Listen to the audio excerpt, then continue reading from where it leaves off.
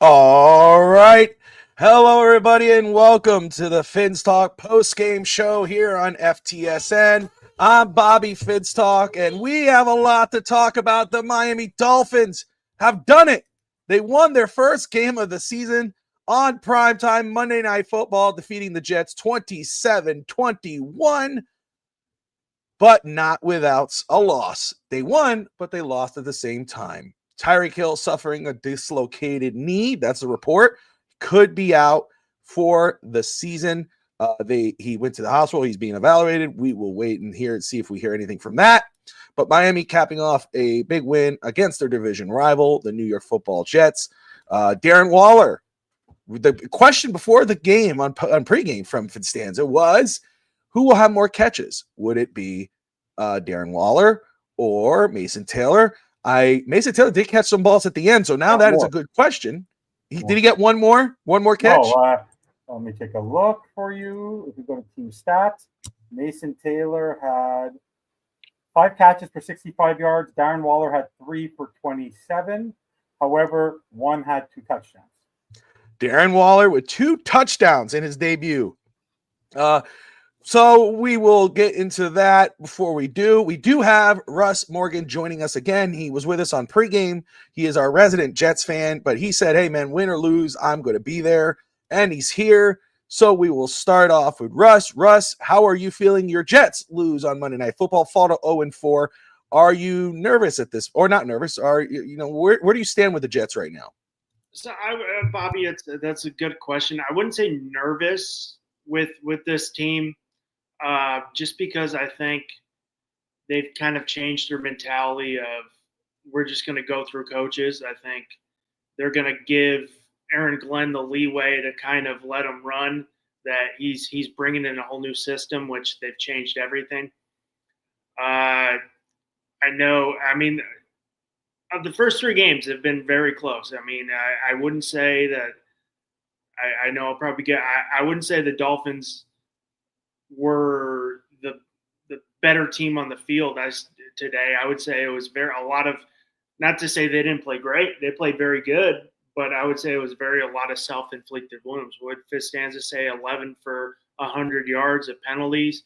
So it was very self-inflicted. 13 for 101. 13 for 101. 13, yeah. So they got to fix that up. I won't say it was probably an even team, but you get 13 penalties for 101 yards. It's going to be a tough time to win a football game, whoever you are. That's too much to go from. I think they finally found Aaron Glenn's the guy that's going to hopefully, I believe will change this organization to a better mentality, just because I like what he thinks. I like what he sees. I like what I'm seeing. But, there's a lot of stuff you got to clean up. The defense hasn't looked great. Missed tackles was still an issue. And, the penalties were an issue last week, and they're an issue again this week. I think they finally will – Woody Johnson will give Aaron Glenn the leeway to go, and which is, as you know, you just got to – sometimes, you got to keep – the owner's got to keep his – stuff out of the football operation stuff and focus on, the business. But so I think he has at least 5 years. I think he'll do it. So this 0-4 start for the Jets, and again, this is the Finstalk postgame show. We're talking Dolphins, but Russ is our resident Jets fan. I want to welcome everyone who's tuning in right now. Hernandez, Jags fan, Duval. I think I saw that. DSG. They probably be the Dolphins would be 4-0 if they had Aaron Rodgers for sure. Oh, son of a! Don't do that. Mom in the house commenting. She's at the game. She's excited. She was keeping me posted throughout the game, and things that she couldn't see or whatever. She was like, "Hey, did they catch that? The Tyreek injury." I was following up with my youngest was watching the game, trying to find her grandma and her aunt Tabby. So that was pretty cool. But let me just ask you this very quick, and we're going to get back into Dolphins. And I know what's great about Russ is he can talk about everything and anything and give the be in the middle. So he will follow up. We'll follow with you what you thought about the Dolphins and their game today overall and what's going forward. But I want to ask you very quick with the Jets, because you get even though the Jets are 0-4 and you're like, hey, I still believe in Aaron Glenn. None of this right now, their start for the Jets have given you no cause to pause. You're still confident in the future with Aaron Glenn at the helm. Can I just give him something? With Aaron Glenn. But Russ, I want to just give this piece so you can add to it. Someone just posted on Twitter, Jets head coach Aaron Glenn was caught yelling at his team in the post-game locker room loud enough for all the reporters to hear him in the press conference room. Oh, see? Yeah, I love it. Honestly, someone's got to. I mean, and I know it might be changed with the Dolphins now after this win. I wouldn't change your mentality. Fitzstanza would probably agree with me on that. And I'm an old school guy. I know I'm younger than both you guys. Like, I'm a baseball fan. I'm an old school baseball guy. I hate the new school stuff. I deal with it. I think you got to be a little hard ass, especially in football. You can't let these guys. If you're too much of a pansy and you think Aaron Glenn yelling at you and that's going to affect your confidence, like, get the hell out. So I'm fine with it. I think someone needs to step up and do it. I think get in their ass, and that kind of sounds weird. Something like Alex would say. Yeah, I know, right? It's true. It's like, but Alex said he may be here. He hasn't texted me or nothing, but he did say he does want to triple team Jets fans. But it's like, and I know you could probably agree with me. Mike McDaniel is probably a super nice guy. I mean, he's probably very fun to just be around. But even after the win today, he just seems too much like he's their best friend. He wants to be cool with them. He's a football nerd. So I'm fine with it. They deserve it. You get 13 penalties. That's not how you could. I don't care if you're the Kansas City Chiefs or the Philadelphia Eagles. You make 13 penalties in a game. That's putting you well behind the 8 ball. And Alex will be here. I just got the confirmation. He is coming. Oh yeah. I'm out, guys. I'm out. Saw the way I said that? Have a good night, guys. I'm out. The way the Dolphins played, Tua played a clean game. You couldn't really, those mistakes couldn't be, you couldn't make those mistakes. He was making his passes. They played a very clean game. Yes, yeah. Darren Waller, looked like, the number 1 tight end for the week. He looked very good for a guy coming off of thank you, Aubrey. Off the streets. Achane looked good. Bobby's boy got a couple of carries here and there. But it's just I don't care who you are. You can't win a ball game committing that many penalties. It's just not going to happen. I don't care how good you are. Absolutely. Let's get in as we'll wait for Alex to join us, and we'll get back to Russ. But yeah, so the Miami Dolphins again winning today 27-21, finally get a win on the season as they now go. Well, they'll go to a matchup with the Carolina Panthers with the hopes of going 2-3. We'll get into what's up next for Miami, because we will see a different offense going in against Carolina for obvious reasons. But before we get into that, Evan, the Dolphins win, sir. You have the numbers, but you got to talk about how the game looked for the Dolphins, and then your opinion on the game itself. Initial reaction. To be perfectly honest, for everyone watching, I was multitasking.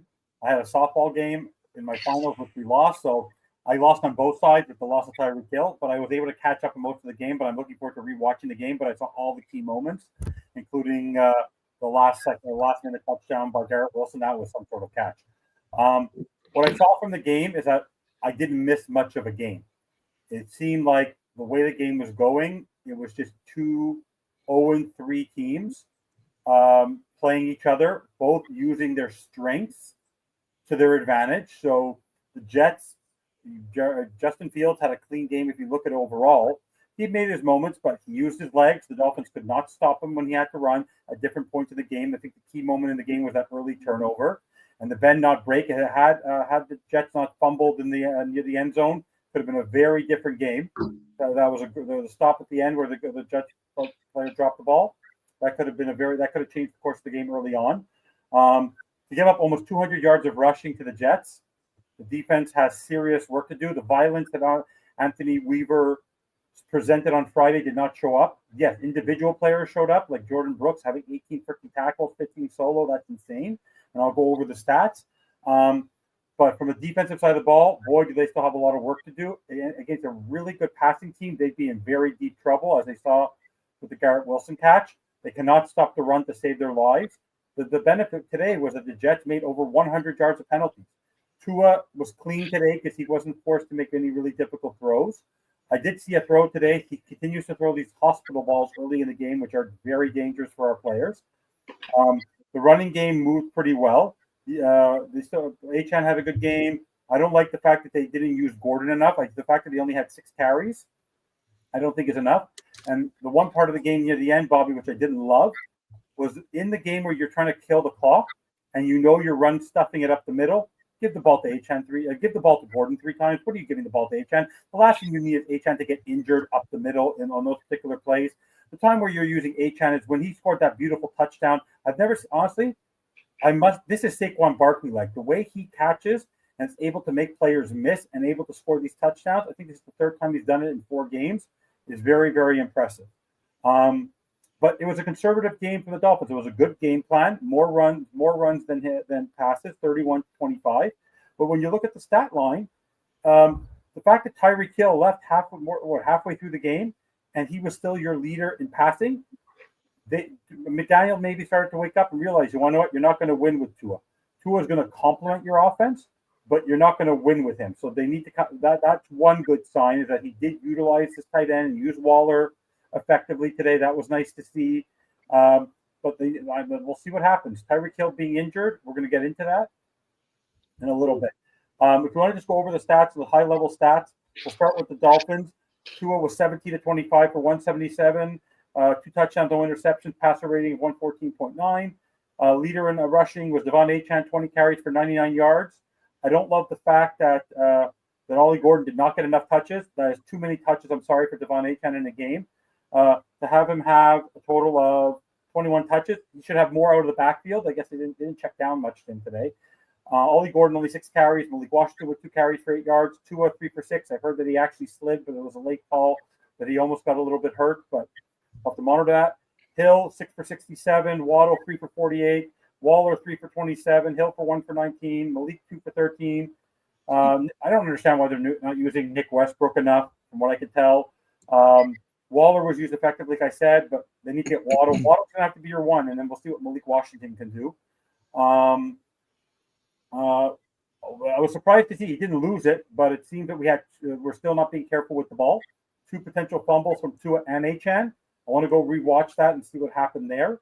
That's unimpressive to drop the ball. But also, Tua's fumble, I think, was the miscue snap. It bounced off his hands, if I remember correctly.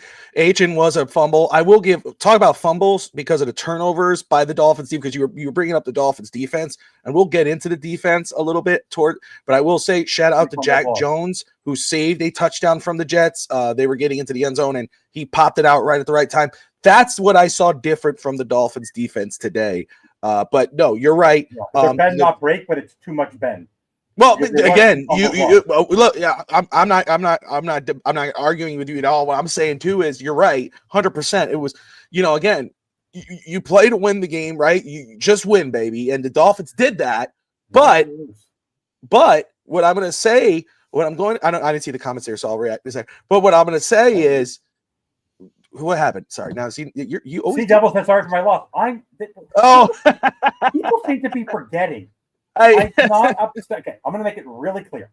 I am happy when the Dolphins win. If they turn this around, I'm going to be the first person to sit up here and eat the crow. I did not see the Tua hit. I did not see Tua get hit. My son ran and told me, but I was doing. I will say this: the way that I talked about with Aaron Glenn. The overall structure of the team, like on that touchdown, go Dr. D-line to coverage. That's 100% right, Aubrey. Aubrey's one of my buddies. I love the fact he's watching. He's a smart guy. The fact that we are continuing to make on that catch from Garrett Wilson, the blitz. If I'm Mike McDaniel, I'm throwing my headset on the ground and losing my mind. Like, what are we doing? Can we just play conservative? The fact that he's not involved a little bit, he completely just the disconnects from the defense is still a problem for me. The receiving, there was 226. Wilson, I'm telling you, Garrett Wilson is a stud. 6 for 82. Mason Taylor, 5 for 65. Brees Hall, 5 for 30. So the guy was able to go in space today. Brees Hall. Justin Fields, 7 for 81. That 50-yard touchdown was absolutely unacceptable on the defense. Brees Hall, 14 for 81. Right now, 4 for 26. The average 7 yards we gave up on the rush. That touchdown by Fields definitely. I mean, he flipped the field to run the other way. Yeah. It was. I mean, and then Justin Fields was 20 for 27, 2 for 22, 2 for 26. Now on the team stat level, passing first downs, the Jets had more first downs, more rushing first downs. They were more efficient on third down. Fourth down efficiency 1/2 versus 1/1 for the Dolphins. Equal play, so there was an equal play throughout the game. Time of possession was equal, 29-12 to 30-48 for the Dolphins. More yards for the Jets. If you look at every single stat overall, and some of we're just look at the stat line, the Jets beat the Dolphins. It's the fact that the Jets were undisciplined and the Dolphins were timely on a fourth down play in the red zone. The Jets stubbed their toe. 3 fumbles, 101 yards of penalties. I'm sorry to break this to everybody. It's great that we scored 27 points, and that's a great thing. But against any other team, any team that does not do what they did, 100 yards of penalties, we have to remember this. 100 yards of penalties, 3 fumbles, that's the change in the game. That's the flipping of the field. So the Dolphins, congratulations on their first win. I'm happy that they won a game. I think Mike McDaniel called this best game of the season with a nice balanced attack. But the defense is a serious problem. And if people think that this is the formula to win games, where the offense is great one day, the defense needs to figure it out. The problem is that Anthony Weaver needs to figure it out. I'm going to say people are going to laugh and roll their eyes. There isn't anyone else really there to be there for Weaver as a head coach to help correct what's going on in the defense. There's individuals on the defense.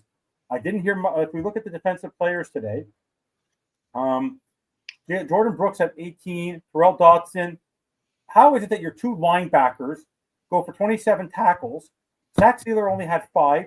Jack Jones had 5. Ashton Davis had 4. Chubb only had 3. Where's Jalen Phillips? What's going on? I'm looking at these stats and I go to myself, what the heck? Our D-line is nothing. The pass rush is going to be amazing. What pass rush? Every time we blitzed, we got toasted from what I can tell from the game. So great win. Happy for Mike McDaniel. Anthony Weaver, you're not doing your job very, very well because you're bend not break. But the stat line tells you the Dolphins played a conservative football game, did not put it into his hands to cost them the football game. But like Bobby once said, back to Chad Pennington, that might be your best formula to win. Use your tight end when it's convenient for you. What a catch. What a catch by Darren Waller. People who want to make fun of him that he's a rapper, he is your savior right now. He might save Chris Greer's job because if they utilize the tight end in the red zone, like a Darren Waller who can go up and get that ball that they never gave to Gesicki, they might be able to pick up some touchdowns because without Darren Waller in the end zone today, Tua had no one to throw to. We'll get to Darren Waller. Russ, what were you going to say very quick, brother? Question for you two. With the formula, I mean, I know it's going to be very tough to even make the playoffs this year for your Dolphins. 1-3 start. I mean, that's tough to come back from. But with that formula, go and say, in the future, do you think Tua is good enough to be a good game manager? You beef up to help your team win and maybe compete for an AFC. Evan can probably answer that for me. I think I've answered that exact question. Evan, do you want to answer that? Repeat the question. I was saying with the hey, I did it to him earlier too. So I said with the formula he had today, can't win.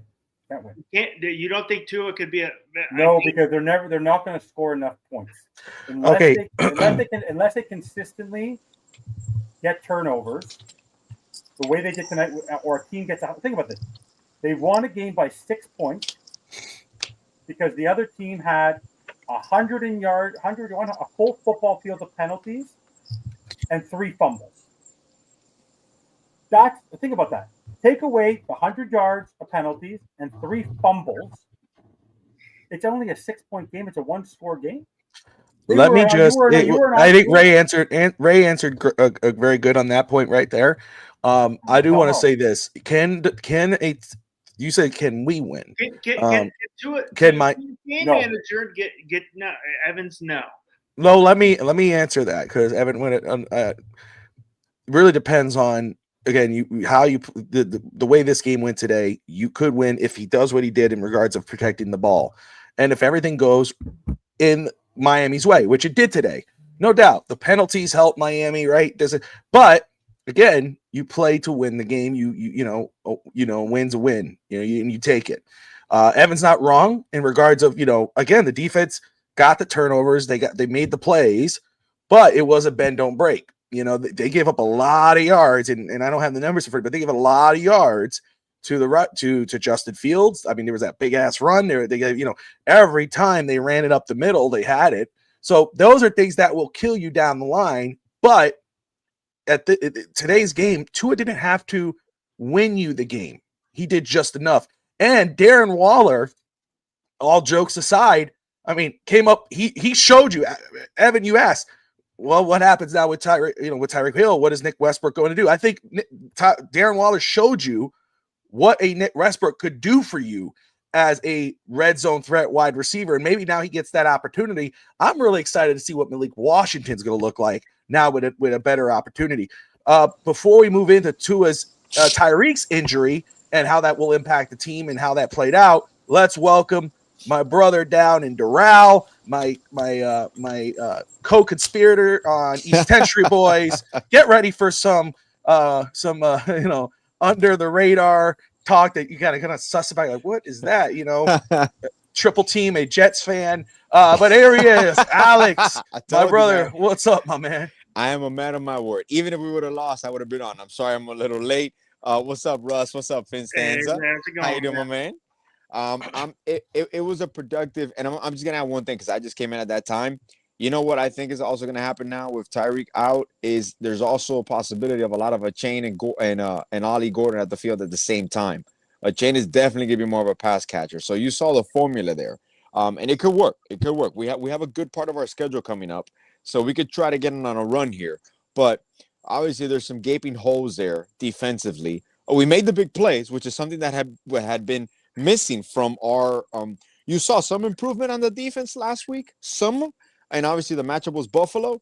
You saw them be competitive against the Patriots, but we were missing that big play moment, and obviously it came in key moments for us today, but obviously there's a huge gaping hole in the middle of our defense that we need to take care of. There's that key word. Now Alex got it in, gaping hole. Got you. He always does it. Here it is. Got you, bro. We got it rolling here. I don't disappoint, man. I don't disappoint. You knew it. Alex, I'll just stay with you, bro. Yeah. You're very quick. We'll roll it. We'll use that and then roll right into Tyreek's injury. Yes. But very quick, you watch this game, you see the way they won. Mm-hmm. They still won the game, and Correct. That is great. They're 1-3. Correct. But what stood out to you? Do you feel really good about this win? Was it a bend and not break type of win? Did the Dolphins win this game, or did the Jets cost themselves the game with the penalties? With this, how do you feel with this win? Well, it goes without saying that it did assist us the fact that the Jets were very sloppy with a lot of pre-snap penalties, which drives any head coach insane. But what I got to give it to, even with the adversity, at no point in time during the game did I feel the Dolphins were nervous. And that's something that was that's something that's astonishing to me as a fan. Me sitting down, I was not nervous at any part of the game. And I think I could attest it to Tua as well. Tua seemed calm and collected in every single moment. He seemed very comfortable out there today. And he kind of backed up what he was saying. Obviously, having Darren Waller there 6'6", even though coming right out of retirement, that's another wrinkle to your offense that Tua was missing in the end zone. And obviously with Hill out, that's going to be a plus. But it was the most complete game offensively. Why? Because we were a balanced attack throughout. We didn't stop and we used the run at the right time. We did one of my favorite plays, believe it or not, was a misdirection off a fake handoff to a chain and the pass to Julian Hill. No, to Julian Hill. The one. Sorry. Okay. I think it was like 3rd and 5. It was a beautiful, backwards pass from Tua. I think it was to Malik Washington. It was like yes, it was really. I liked it. I thought that was a nice little hiccup, nice little thing there. So that's how I envision our offense clicking this year. Realistically, I know now with Hill, it's. Remember, I use this term a lot with the Heat. Sometimes an injury creates opportunity for others, and it also releases attentions. Now, you cannot deny, and I know you're going to go talk about him now. You're losing your most dynamic weapon, realistically, your 1A, because the chain is pretty close up there. That changes offensively a lot of things for you, but it does open a lot of possibilities for you to continue a balanced attack. You don't have to force feed a person. You can spread the wealth there. So it was a complete game offensively. Defensively, you saw the physicality. Even we were getting pressure. Even the Justin Fields touchdown run, we were an inch or 2 inches away from it being a sack. So I think it was Jalen Phillips who slips. Justin Fields, I think, turns around, reverses, and then runs to the left of the field. So there's moments there that you're like, we're close, but obviously that's part of the development. That's part of the cohesiveness. It's still a young unit per se. And but what I did see, the plus, is they still are upbeat with one another. I know the cornerbacks, the secondary is getting comfortable with one another. So I'll take it as improvement over and over. So that those big plays at the right time defensively, I'll take that as a plus, even though there's a lot of tactical things that they got to work on as the year goes on. Yeah. So very quick with Tyreek's injury, very scary situation. I did not see it go down. That's when, the wife brought the food to the table and she's like, get up. And I was like, all right. So I sat there, and that's when my son was like, oh, Tyreek is down. And so I had to go and look back. I mean, it looked bad. It looked bad if you go back and watch it. And I don't recommend you continue to watch it, or not even watch it all. Just trust. It was bad. But suffers a dislocated knee. Could be out for the foreseeable future. Not good for the Dolphins because, as Alex brings up, he is your main attraction. He's your number one guy on offense. And that eliminates that. It eliminates that option for Tua. But again, it wasn't really being used as an option. But today, he looked good. He was making plays. He was short routes, but he was making plays. He was extending plays. You like the fire and the passion, especially in the 0-3 start from Tyreek. And then you get this. Now, this is bad. I know a lot of people are like, oh, this is the end of Tyreek's career. I'm not, this is the end of Tyreek in Miami. I don't know how long Tyreek was going to stay anyway. It was already looked like his time in Miami was running short past the season anyway. I don't want to speak on his career. He looked like he was in good spirits. We'll wait and see on that. But to kind of piggyback what Alex was saying, because that's exactly what I was started thinking about how Miami can move past this and adjust without Tyreek. This opens the opportunity for Miami's offense now to highlight a Jalen Waddle. Now Jalen Waddle, you don't have to wait for Miami to move on from Tyreek. Destiny did it for you, basically. He's out. So now Jalen Waddle, you need to step up. You're the number one receiver. Malik Washington, who's shown some splashes here and there when given the opportunity, shown that, hey, he could kind of fill that role maybe. Now there's opportunity to show he could do that.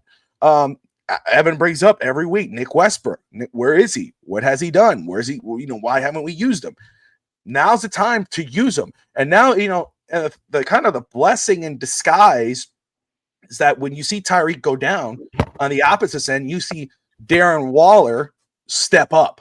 And so you go, okay, this could make up for maybe the loss of Tyreek in the red zone. And so it is a scary injury. I think whether he stayed or whether he wasn't injured or got injured, I don't think that changes the trajectory of where Miami's going this season. It is what it's going to be because, the defense had some bailout plays, but they did not play great at all. They, like Evans brought up. I mean, we're going to talk about the defense and the plays they stepped up during the game and the plays that would kill them against any other team. So, Evan, Tyreek Hill, going down. I don't, this was a scary injury. I know you. I don't think you saw it live, but you followed up on it. How do you think this impacts Miami going forward? Who do you think steps up in his place that people will start going, oh, this is the guy? Because Achane has been the lead guy for Miami by default with Tua. But now that Tyreek's officially out, can you see somebody stepping up in his place to take over that spot? I think they're gonna. My concern is that they're gonna overuse Achane, and they're gonna go back to the formula that was last year, where they're gonna use Waller, and they're gonna use Achane, and they're gonna sprinkle in Jalen Waller. And I think it's gonna work against Carolina. It might work against Cleveland. It might work against a team that is struggling. But when you go to face a team like Baltimore or the Chargers or anyone like that, the formula is not going to work.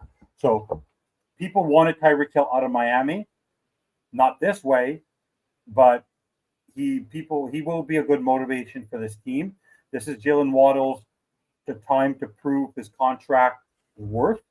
The question is, even after Tyreek left the game, Waddle still wasn't the target. They kept on going to. We ended up using the running game, which was kind of smart, but I think they're still overusing Achane. And I want to be very, very clear about this. Devon Achane is potentially to be Saquon Barkley-like. The guy's a phenomenal talent, breaks tackles like I've never seen a little guy do. But Mike McDaniel is going to get this little guy killed because I'm sorry, 20 rushes, Ollie Gordon 6.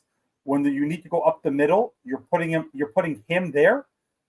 When you have a running back, where was Jalen Wright? Like I'm asking, why is Devon Achane? He's your pass catcher as sort of a pseudo wide receiver. Why is he getting so many carries? I don't understand it. That's why I'm worried about his use. He is not a bell cow. He is a receiving mixed. He's a dual threat running back, and I think they're going to overuse him. And that's what my fear is. He has to go to Waddle. Taj Washington will be in the game next week. You have the Washington brothers, and that they're going to have to mix and match. And don't be surprised. What's going to happen? Watch. The Dolphins are going to rile off another win next week. Then they might shock the Chargers. Then you never know. Then the trade deadline's going to come. And next thing you know, we need another wide receiver. The problem is not your offense right now. You sort of have to become a very strategic team where you're going to have to, at the most, maybe you're going to score 27 points. Because think about it. This was against the Jets. Okay? The Jets. Okay? This team stinks. They're 0-4 now. They had 100 yards. You hear that, Russ? And and they scored 27. And they scored 27 points. When it was 24-10, the Dolphins should have put the foot on the gas and should have scored 34 points. Miami Dolphins don't have that capability right now because they've had to slow the offense down. So if that's the case, they better shore up the defense. Right now, they better go find some defenders because right now they better go find a Calais. They better go find someone to play next to Sealer because right now it ain't Kenneth Grant. Jordan Phillips is not around. Jalen Phillips, I think Jalen Phillips might be at Mike McDaniel territory with his play this season. Rasul Douglas had more tackles than you. Rasul Douglas. Jack Jones had more tackles than you. You're in a contract year. Your 5th-year option. And this is what you're doing? And poor Zach Sealer. Zach Sealer's not the same guy. He does not have his salt and pepper. He does not have Christian Wilkins. And he's not playing up to his contract. The defense is a serious concern for me. I am now, after tonight's game, way more concerned about the defense than I am about the offense. Because now we have to play a conservative game of football. The problem is Mike McDaniel is not used to that. But now he really, honestly, he has to keep the ball out of Tua's hands. Think about this, Bob. Think about their payroll. We have to now convert our $53 million cap hit into a ball distributor. In a ball distributor. So think about this. Well, isn't that what a quarterback is? A ball distributor? No, because no. Players just like Josh sure. Allen, no. Players like Josh passing Allen. Is distributing. Right? No. Passing is throwing the. No. Okay, do the math, Alex. Go look at the stats after. I know. I'm just messing with you, man. I don't know. The average 2 + 2. Give or take. Yeah. Every quarterback that's a good quarterback over the course of a season, their average yards per pass is at least a first down. It's 10, 11, 12 yards.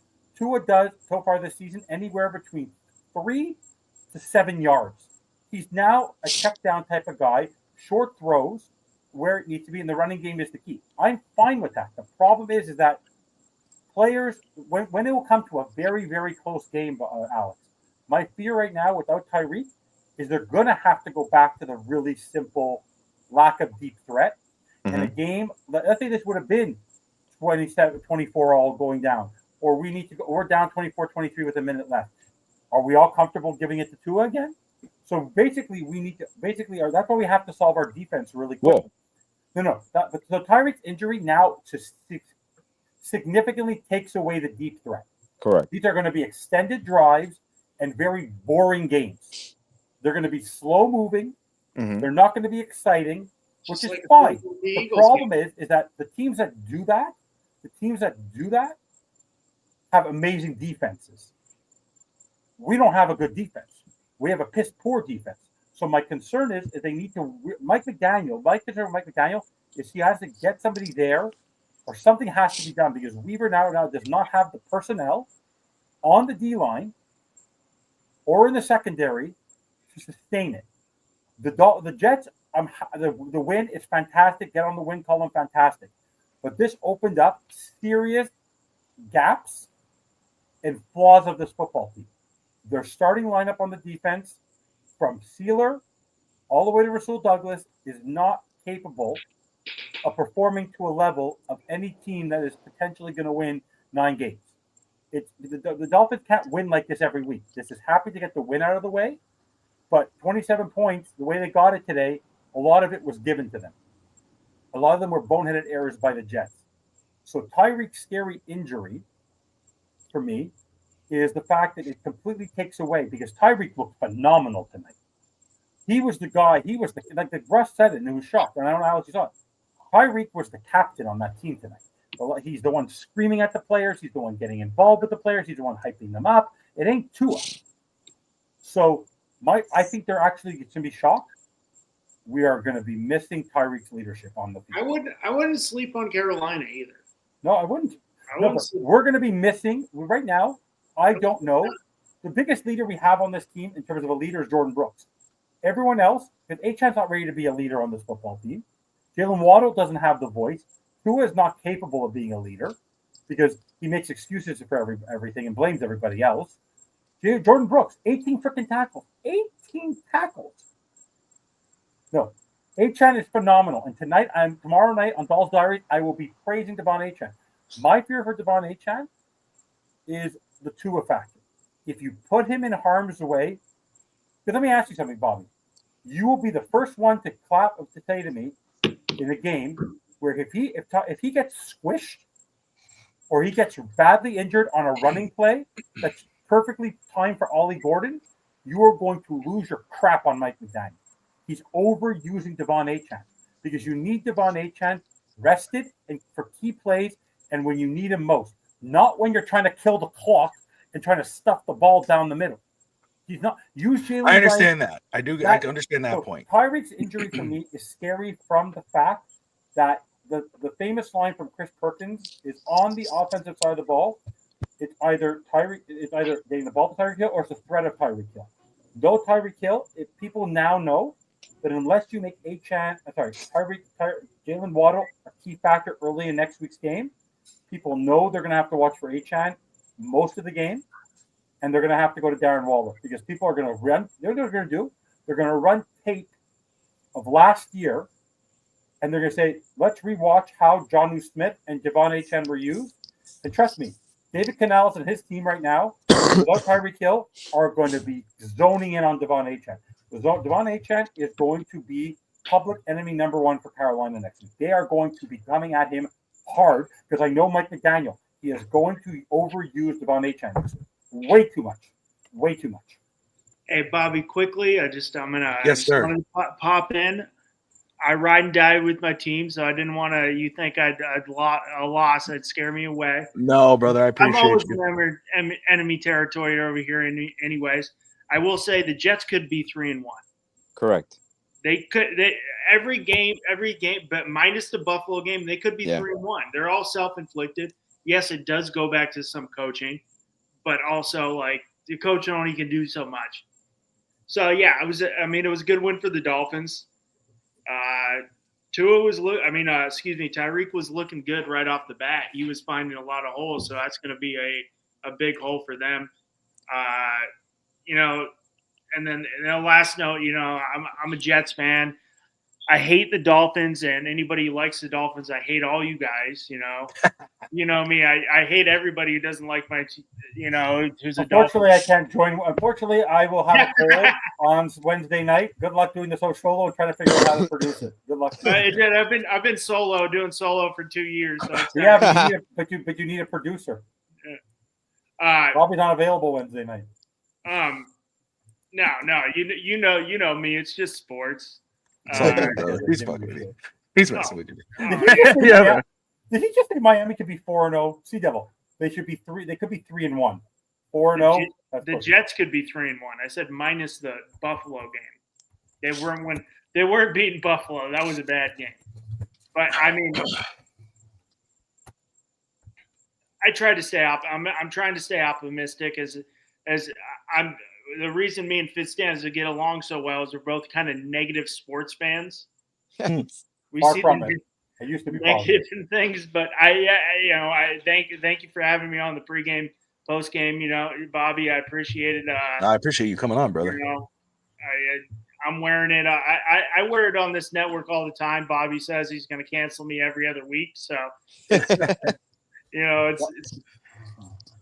it's Russ, thank you so much, bro. And, I appreciate you. You guys could catch Russ on multiple shows here right now. Of course, you could catch him on Deck Baseball Podcast. He'll be live on Wednesday at 7:30 Eastern time, talking playoff baseball. It's finally here. The Mets were eliminated. Thank you, Marlins, for that. Fitzstanza will be with him on Wednesday night. And, of course, you got 7:30. And of course, the College Blitz podcast with Q.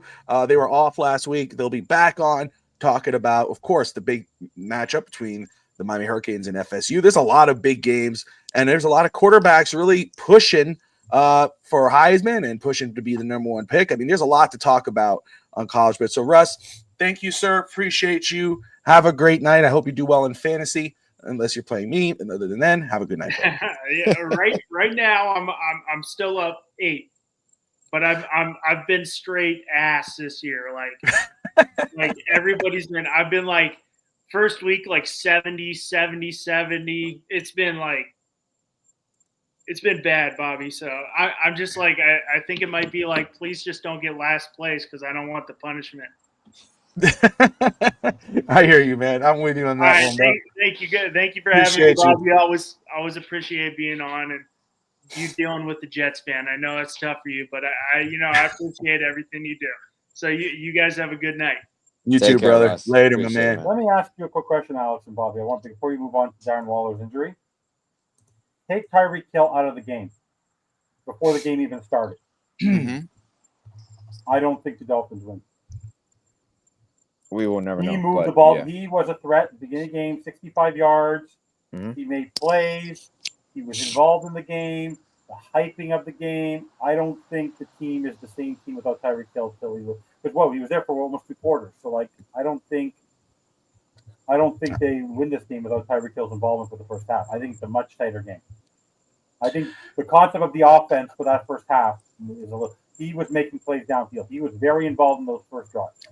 He has been very involved, but I will say again, that's why losing him, I don't think truly impacts Miami's offense, respectfully. I mean, you lose, again, the fire, you lose on the emotion, all that whatnot, and once he's back, he'll be back on the sidelines, I'm sure, and being in the locker room. But we saw really, again, he was 6 for 67 today. He was having himself a game, but again, HN was that number one guy, but I think this opens, but we saw what he was able to do with Malik Washington.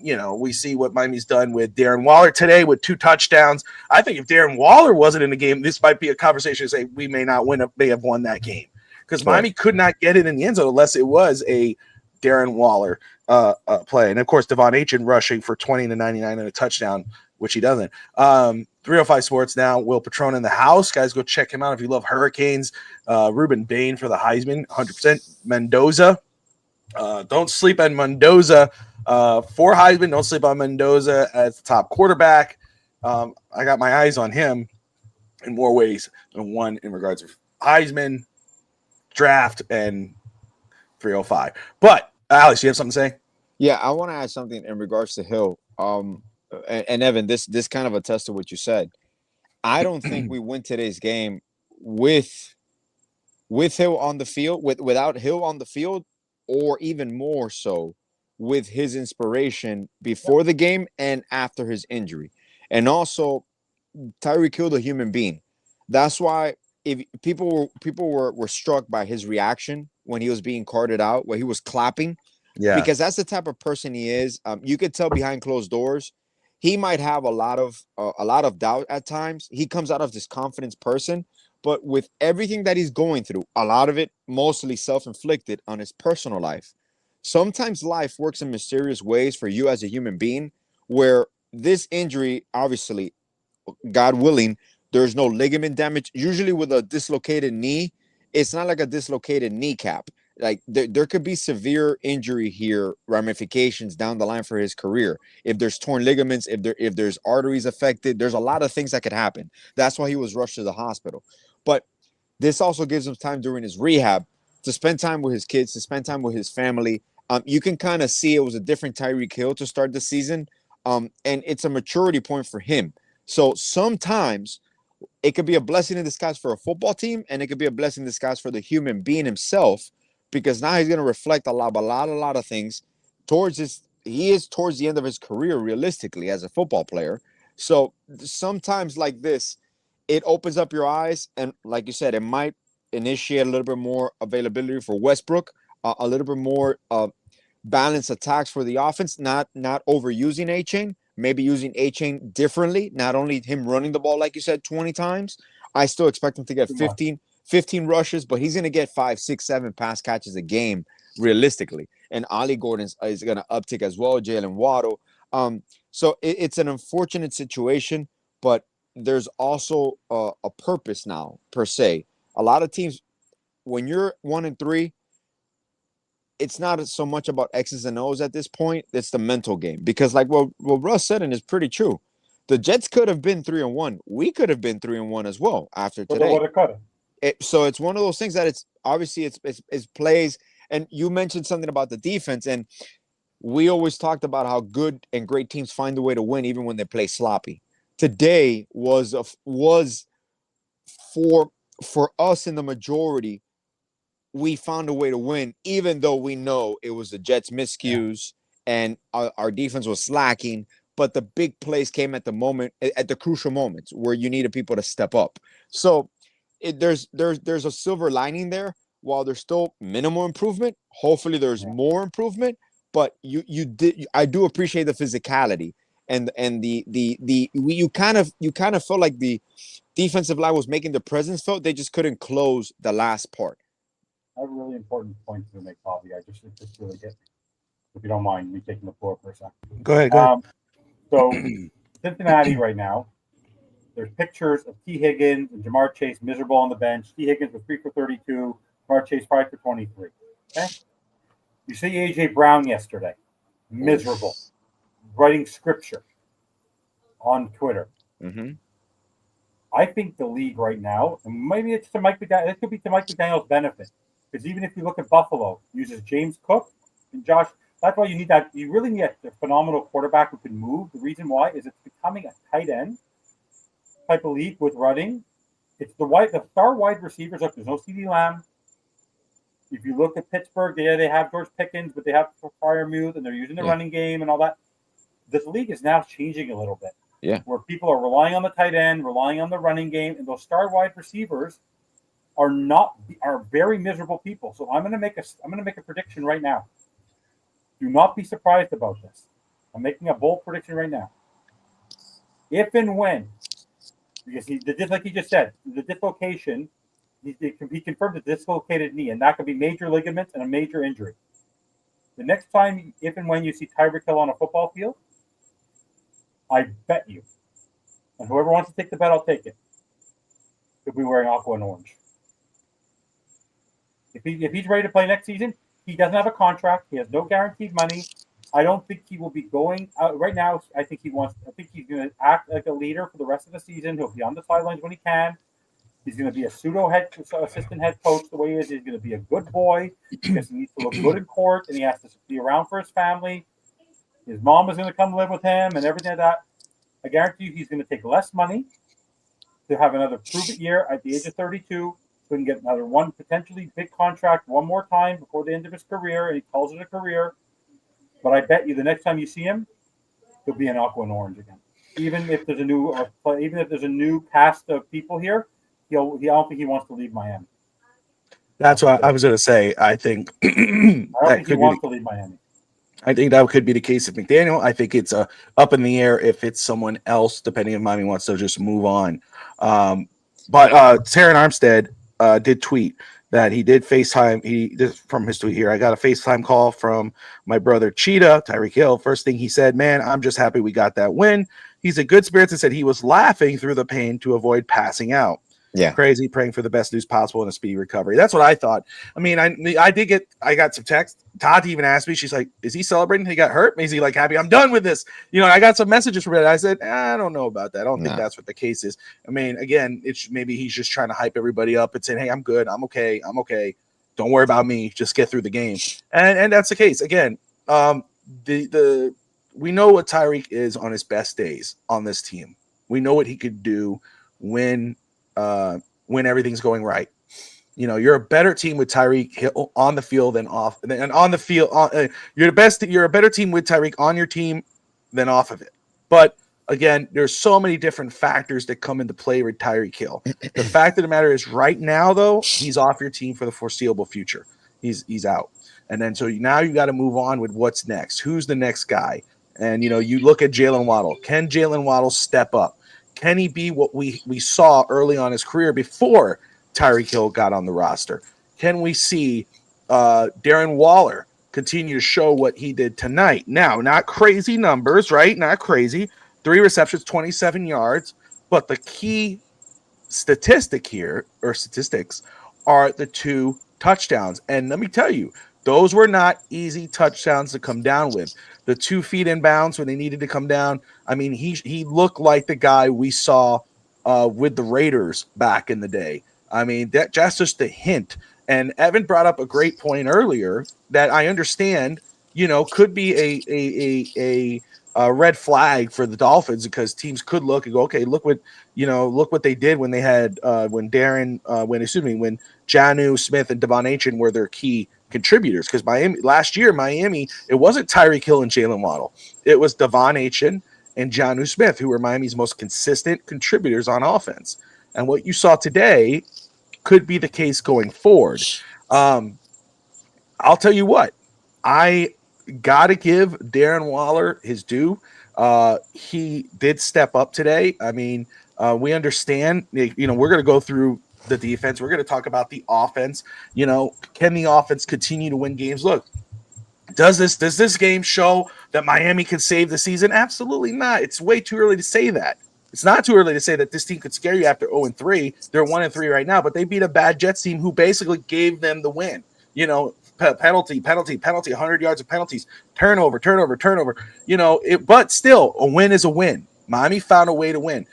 This could easily have been Miami saying, you know what? Oh, they keep giving us these things, but we're going to throw an interception.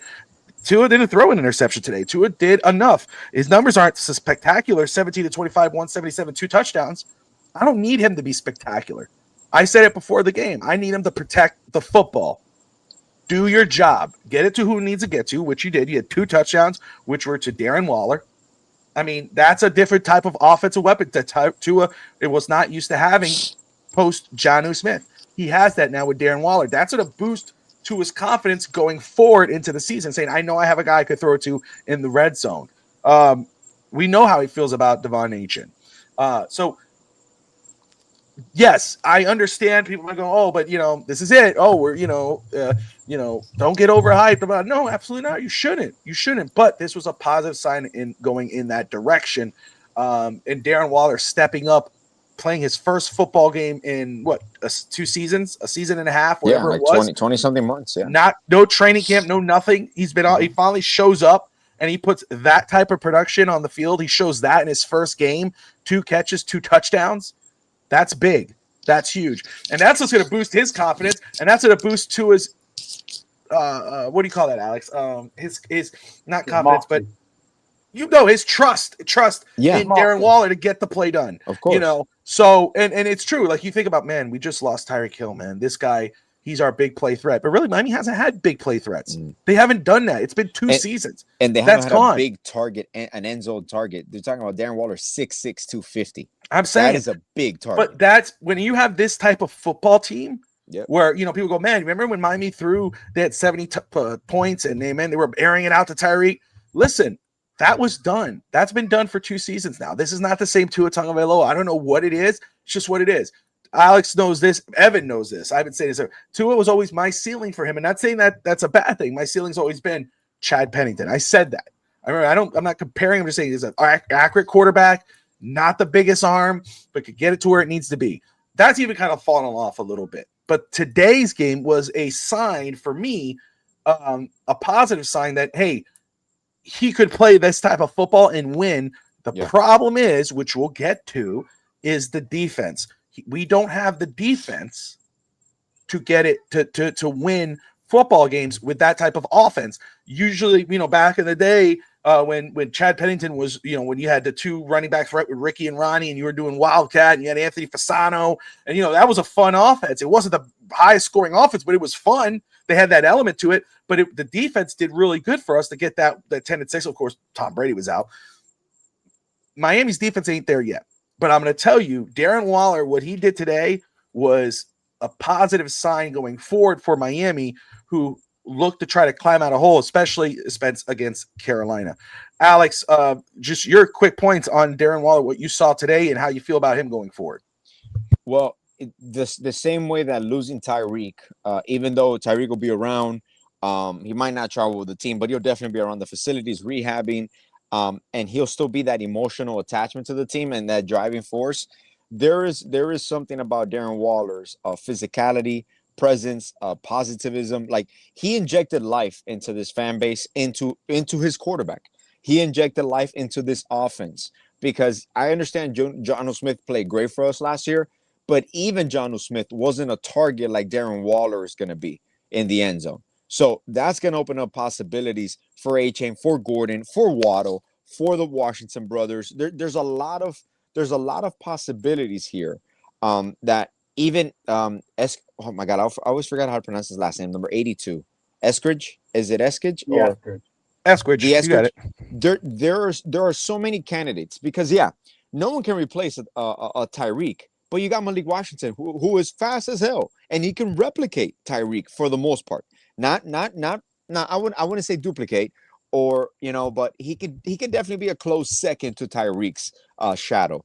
But Darren Waller, to me, if he continues, I don't expect crazy numbers every year, every week.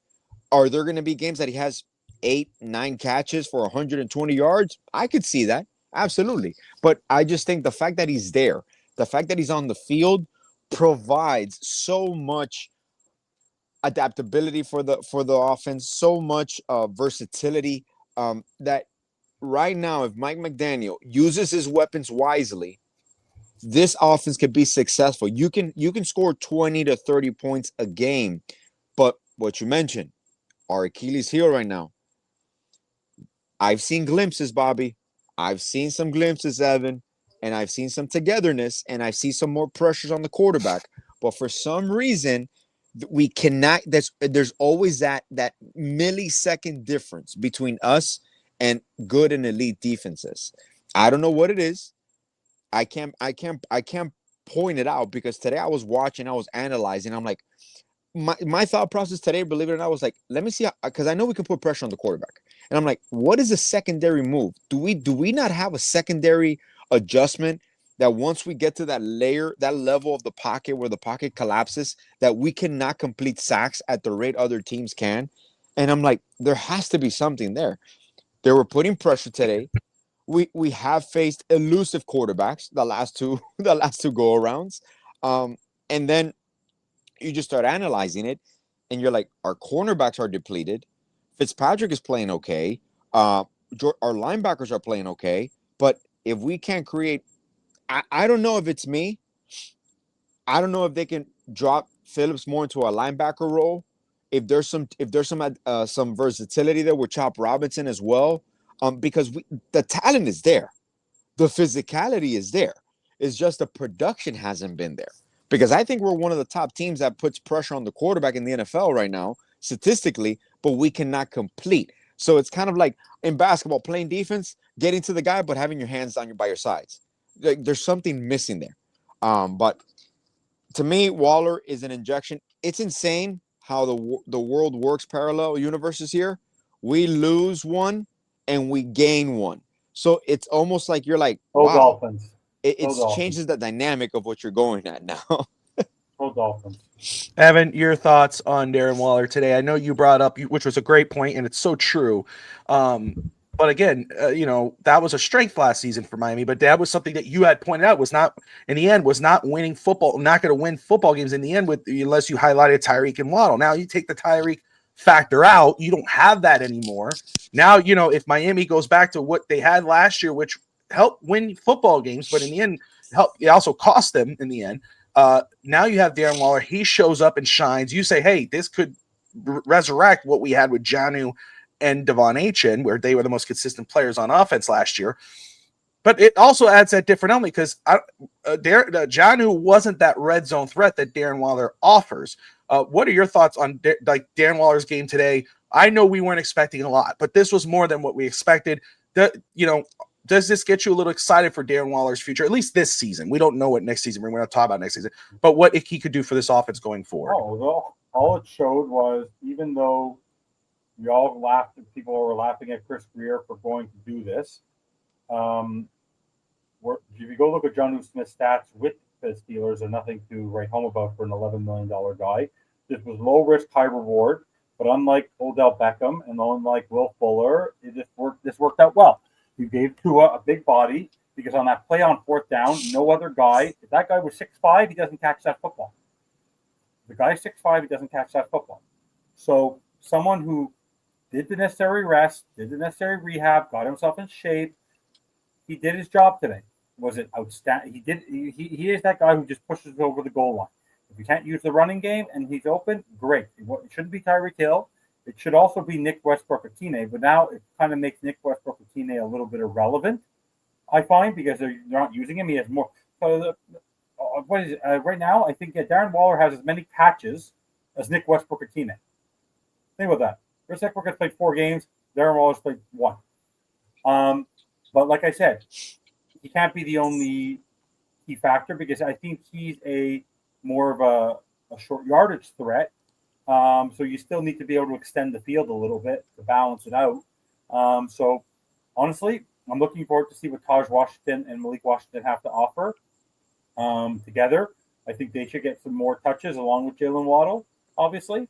But like I said, it's a good thing. Like the fact that we found a tight end who's capable. And by the way, it worked for Geno Smith. It worked for you look at Brock Bowers. Look at Tyler Warren. Look at Travis Kelce. Look at how many tight ends are very capable in this league that have made key factors. Isaiah Likely, Mark Andrews for years. Like if Darren Waller gives Tua, if you think about this, if Darren Waller catches a touchdown every single solitary game for the rest of the year and ends up with 10, 11 touchdowns, the Dolphins are going to win more than they lose the rest of the season. So he gives you a dual threat because now when they get into the red zone, you don't know where it's coming. Is it going to Achane? Is it going to Gordon? Or is it going to Darren Waller? And the difference is that the thing with Darren Waller is if you put up a 50-50 ball, well, you know this in basketball. You can alley-oop. If the guy is, it doesn't matter. If Nikola Jokic or Yao Ming or Shaquille O'Neal is there, I don't care who else is there. If the guy is, typically you're not going to get someone as tall as that guy. They're going to alley-oop it in. That's it. He's your alley-oop specialist. And I got Gadsden vibes. That's the last time I remember seeing a receiver or tight end that we had that you could just, and Chris Chambers, that you could just throw it up there, a 50-50 ball, and it's like, oh yeah, he's coming down. He's going to get it. He's going to get it. Well, Devontae Parker had that ability with no separation for a year. That's true. But the question is now, I'm still a little concerned, like I said, Bobby, is they're not spreading the ball around enough just yet. And now this literally has to be offense by committee. I want to see Taj Washington get a catch. I want to see Malik Washington get a catch. I want to see Ollie Gordon. I want to see Jalen Wright. I want to see Julian Hill. I want to see Jalen Waddle. And Nick Westbrook. That's what he needs to do. Like, I want to see potentially, picture this: Devon Achane, Nick Westbrook, Darren Waller, Jalen Waddle, Malik Washington, Gordon in the back, 5 receiver set. Like, scare the crap. Stop with the motions. Go 5 receiver out. Who are you stopping? Because if you have Ollie Gordon behind, but you have Devon Achane, Jalen Waddle, Darren Waller, where are you going? That's what I want to see. I want to see now the amalgamation. You cannot replace Tyreek Hill. But the famous line from Billy Bean, you can replace him in the aggregate. You can't replace Jeremy Giambi. You can't replace Johnny Damon, but you can replace him in the aggregate. That's exactly. We have to moneyball this with our great movie. Great movie, by the way. We are basically doing this in the aggregate. Your goal is to buy wins, right? That infamous thing, buy wins. In order to get wins, you have to score points. The way you score points is by getting players who are ability to get yards. And that's not just Devon Achane. That is not just Jalen Waddle. It is Darren Waller. It is Nick Westbrook. It is Taj Washington. It is Malik Washington. I want to start seeing every single player contribute. If he focuses on, I'm telling you this right now, if we see Devon, let's say there's 50 touches next week. There's 50 passes between rushing and passing. Let's say there's 45 next week. It's just an example, 45 or 50. If Devon Achane represents more than 25 to 30% of it, we will lose the football game in Carolina, because he cannot be the only dominating factor, because they're going to see it. They're going to flow it. That's what they're going to go look at, Alex and Bobby. Mm-hmm. They're going to watch the tape and they're going to say, look at this game. Who touched the ball the most? Devon Achane. Let's zero in on him. So if we're going to zero in on him, what else are you going to throw at us, Mike McDaniel? And you can make an argument that this plays to a strengths. That might be one of my best. That was a great statement. And we have to do it in the aggregate. How you correlated Moneyball and you translated from baseball terms into football terms, and like you got to get on base. Here's like you got to get yards. That was perfect. That was a good one. I got to give it to you. That worked. I got basketball in there too. Amazing, man. It worked. Some of my best work. So. I will say, Evan, we know what Evan has said about the defense, and we will follow quickly up with Evan on this. I'll let Alex start it, though. The defense, for all intents and purposes, legitimately, forgive me, they weren't great. It wasn't a great game. It wasn't a good game, but they did have their moments where they had highlights, right? They got the turnovers when they needed it. They got Jack Jones with the big time forced fumble right in the end zone. I thought it was already past the plane. It wasn't. If you look on the other side, it was right before it hit. And that's shout out to Jack Jones for making that fumble. So it wasn't a great day for the defense whatsoever. There's still a lot to want. There's still a lot, they got to step up, but you had those highlights. You had those times where they did make those type of plays. Again, you did have though Braylon Allen and I'm forgetting his name now. The other running back, who's the other guy they have on their team? Trying to remember their other running back, but anyway, Braylon Allen and then Justin Fields running all over us. That stuff that will kill you later in other games. But Miami was able to, outlast the Jets. They took advantage of those penalties, which that's their job. I understand, they played it, the Jets gave that away, but you have to win that game. If Miami did not win this game, it would have been nuclear. If with all the penalties, with all the hiccups of the Jets, everything they did, if Miami would have found a way to lose this game, everyone it would be nuclear on every YouTube channel, every Twitter page. social media, national media, everybody, because Miami should win this game. And they did. So that counts for something. Alex, what did you think of today's defense stepping up, making the plays they needed to make? But again, obviously, we know what the flaws are. We saw them. How do you feel about this defense going forward, and especially with Carolina coming up next week? Well, like Evans mentioned, Carolina's going to be a tough matchup.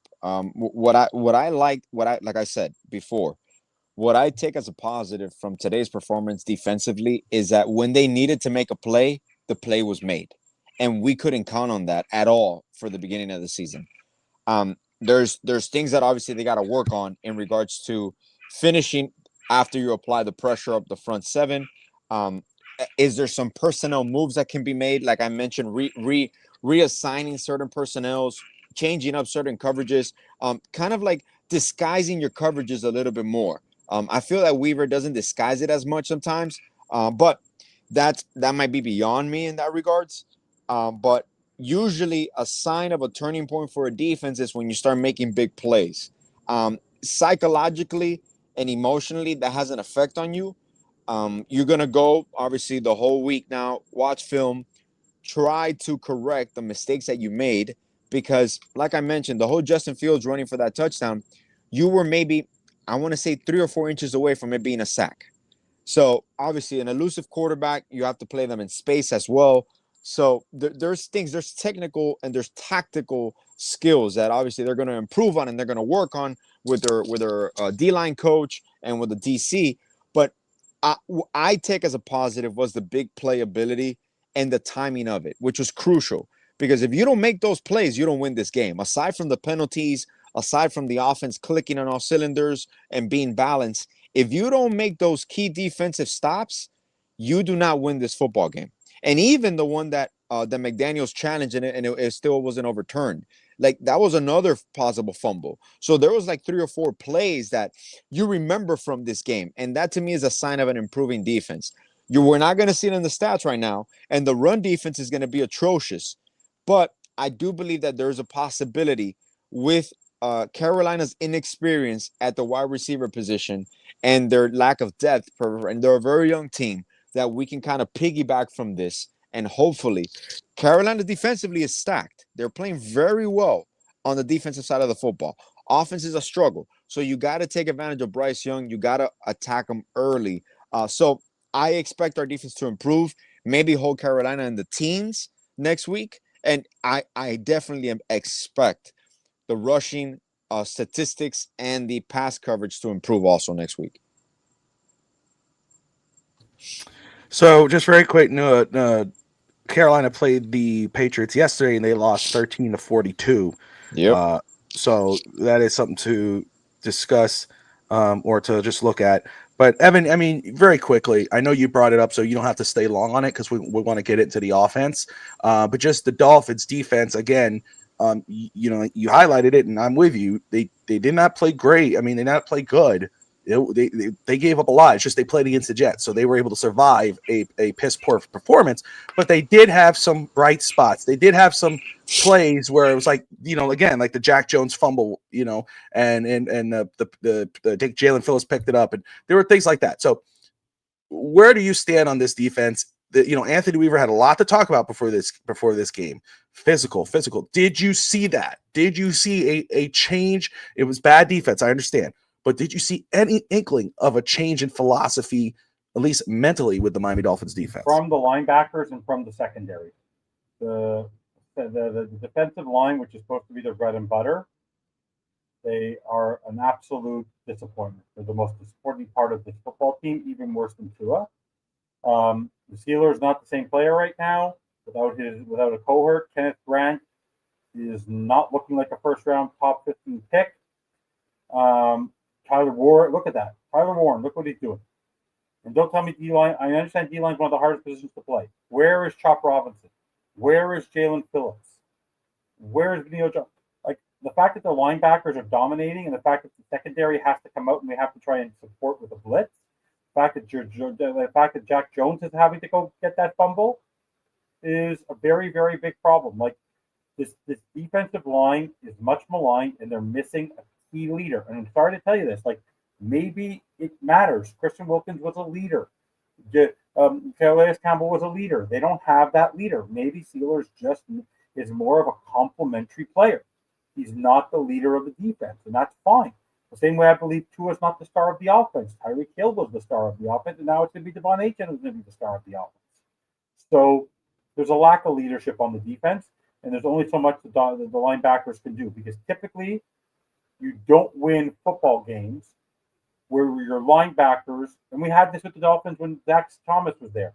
Linebackers can cover up a lot of warts, but they're the secondary level. The key people is the way to win. If you look at a lot of the teams like the Eagles and the Ravens have done it, you have a stout secondary and you have an amazing defensive line and complemented by your linebacker core. It's not where the linebacker core leads the defense. They're in the middle. They're the middle. They're the middle piece of bread in the club sandwich. They're not supposed to lead it. So that's where my concern is on the defense. The defensive line is an absolute atrocious mess, and it needs a significant renovation there. And I would try, if I were them, if he was available as a veteran who's interested to come play, because they need to go replace Kenneth Grant right now. Kenneth Grant, it's too big for him. He's not ready to play this. They need a veteran. I don't know how far his Jones fracture is, but like, for example, if Christian Wilkins was available in 2 weeks from now, I'd go sign him now. Like, I don't care who it is. Go get someone who's capable of playing on that D-line, who is allowed to wreak havoc, because that's the only way you're going to release Zach Sealer. Right now, Zach Sealer is on an island by himself. And I'm sorry, if you cannot get Zach Sealer going, it doesn't matter what the offense does. This defense is – right now, I am not worried about Jack Jones. I'm not worried about Rasul Douglas or Minka Fitzpatrick or anyone on the depth, or Ashton Davis or Ifatu. I'm not worried about the linebacker core. I am so concerned. My number one person who's my biggest disappointment secondary to Tua right now is Zach Sealer. And Zach Sealer needs help. Zach Sealer needs his Devon Achane. He doesn't have him. He does not have him. All good points, and we'll leave it at that. Very quickly, again, we talked about the offense, and we could just follow up quickly on those points, but offense did enough to win. This is a different style of offense, even with Tyreek. It has been the past couple seasons now, especially this year. Miami offense does enough. They did enough to win the game. They did enough to score enough points to win the game. Tua put it where it needed to be. Again, his only 2 touchdowns were to Darren Waller, but again, impressive touchdown catches from Darren Waller, who adds that new element to the offense. Devon Achane doing what he does. He had 20 touches for 99 yards and a touchdown. Ollie Gordon was involved, but, nothing to write home about, but was involved. Did put up a good block. You saw Malik Washington get involved. They've done enough to win this game. I'll tell you, teams, and again, it's still a very long season. It's 1-3. There's a long way to go here. Obviously, you're going to want to see some new wrinkles with this offense going forward, especially when you still have Baltimore on the dock, you got the Chargers, you got the Buffalo Bills. This style of football will not win you those type of football games. This style of football, though, can help you win games like the Carolina Panthers against the Browns. Those type of games you should be able to win if Miami's offense could play safe, get the ball where it needs to be, take the points, don't leave any points on the field, and the defense has those moments. So, again, Miami's offense did enough. I think this is where we are, unless someone actually steps up and adds that element. But again, with Tua being quarterback, it is what it is. That's the way it's going to be. He doesn't have that same arm. So they're going to have to do some wrinkles and gadgets and do things like that. And I think you saw a little bit of that with Malik Washington, a little behind the back, and then you had Julian Hill and things like that. We may see a little more of that now, but you had that Darren Waller factor. Awesome to see. So, yeah, I think this, if Miami could play like this and take advantage of the errors and the mistakes of teams, that could be winning football against teams like the Carolina Panthers, the Cleveland Browns, possibly the Falcons, but teams like the Chargers and Baltimore, Buffalo, that's where it gets a little tough. That's when you want to see some growth from this team when they get the wins, when they do. And, of course, that just takes over winning formula. But, Alex, offense doing enough here. Did this offense make you feel good inside? Did you get the butterflies? I didn't get the butterflies, but I do think people are going to misjudge this a little bit, and they're misreading this a little bit. Now teams are going to take off that mindset of always taking away the deep threat because they feel that we don't have the deep threat anymore. And they're forgetting about Malik Washington, Jalen Waddle possibility. There is a possibility here where Jalen Waddle swaps this and Jalen Waddle becomes that major deep threat. But still, to me, the biggest advantage that Miami has, which I think plays to Tua's strength with his accuracy and throwing in the pockets, is the fact that a balanced attack, to me, is a very dangerous attack. And we have legit playmakers on both ends. We have the ingredients to you. We have the ingredients Correct. to have that balance. That's what you're saying. Yes, we have the ingredients. Now, what does that create? Is it a little bit more slow and methodical? Absolutely. But what does that give more time to? The defense to rest. So there's a hand-in-hand success here that if we can be methodical, like the great teams play, and they run down the clock and they use up clock, like I want Miami to dominate time of possession. I think if we dominate time of possession from this point going forward, we can be an above average football team and still make it to the 10-11 win range. Now, is it going to be a steep hill to climb? Yes. But I feel that if we're healthy and if we maintain this balanced attack where you're incorporating and unleashing all your weapons and having Tua just pick the poison, I think that's where Tua will dissect a defense because there's no need to force anything anymore. Like you can just play your game. Whatever opens up, opens up. If it's a check down to a chain and he gets 3 or 4 yards, if it's a cross route to Waddle, if it's an end zone target for Waller, it's going to be available in my opinion. And I think it's going to be more diversified in regards to I'm not only just focusing on 2 targets. I don't just need Hill and Waddle to be my 2 pass catchers. So it's not top heavy anymore.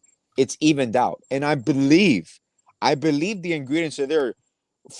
Evan, when you just mentioned that possibility of the 5 wide receiver outs with the chain being one of those wide receivers out, and possibly lining up in the backfield and going in motion and ending up as a 5th wide receiver, that legit as a defense, you're going to scramble because you got speed across the board. You got athleticism across the board. So it's not like we're just going to fall out the face of the earth. I think this offense can be even more productive, how it reinvents himself.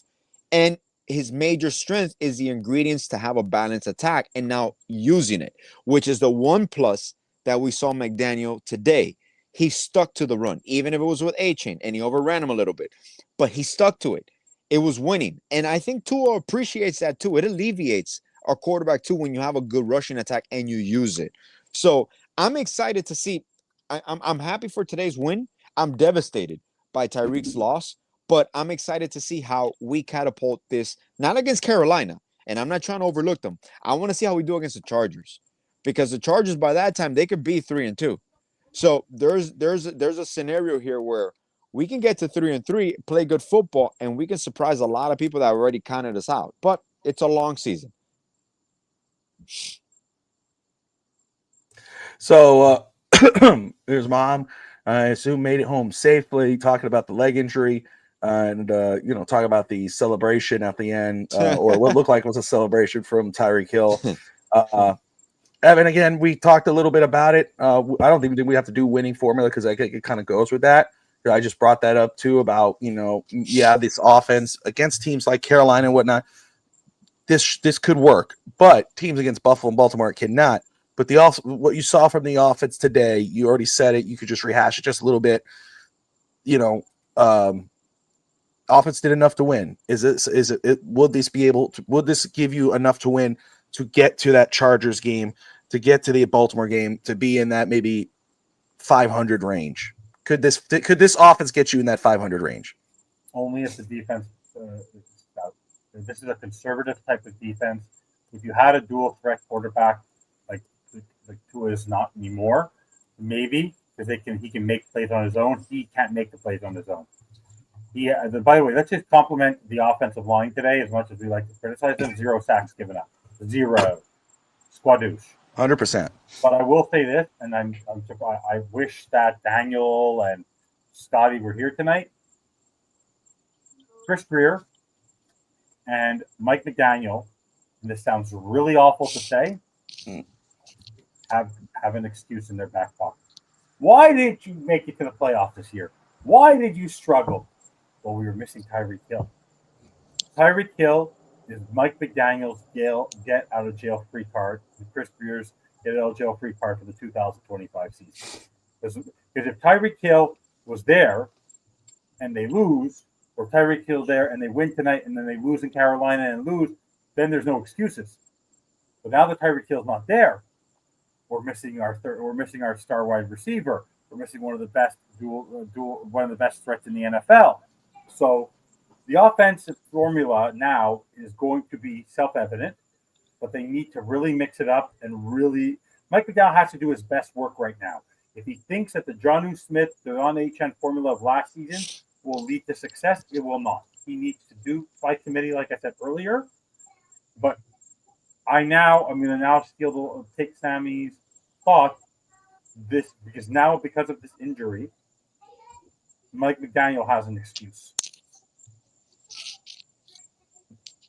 Even though he wasn't using Tyreek Hill to his maximum performance, Stephen Ross will now Chris Greer goes, well, there's no one out there to go sign because I went to go look at the D-line. The D-line, as bad as the defensive line is, there is no one really out there. You have to make a trade because Wilkins is not nearly ready. So right now, it's excuse time. We lost Tyreek Hill. What are you supposed to do? By the way, it is no excuse. You want to know why it's no excuse? Because Dallas last night, they had George Pickens. George Pickens is Jalen Waddle. So they put up 40 against Green Bay. Okay? 40 against Green Bay. So now it's time for Miami Dolphins to become creative. This has to be Mike McDaniel's best work. He did his job today. He was balanced, but now he has to be very creative. This team needs to be tricks and speed and disguises. He needs to do it because if he goes to the self-evident offense of Darren Waller and Devon Achane, that will last maybe through next week, and then Jim Harbaugh and his team will solve it. Then everyone else will copy it, and the team will win maybe 4 games all year. There you go. We touched on the offense, so we'll just get there. Evan will not be done. He will be back on tomorrow. Talk more Dolphins with Doll on Doll's Diaries. I'm sure talking about the victory, talking about what's next. Evan, what else you got on deck? You'll be talking playoff baseball, and there's a big series, a big documentary series coming up. Yes, that I think you'll be interested in. Yeah, there's a big documentary series. If you're a baseball fan, go check it out. Coming out on October 21st. Who killed the Montreal Expos? We'll start planning over the next couple of weeks. Maybe we could do a pre-show and a post-show, get different guests, different perspective on it.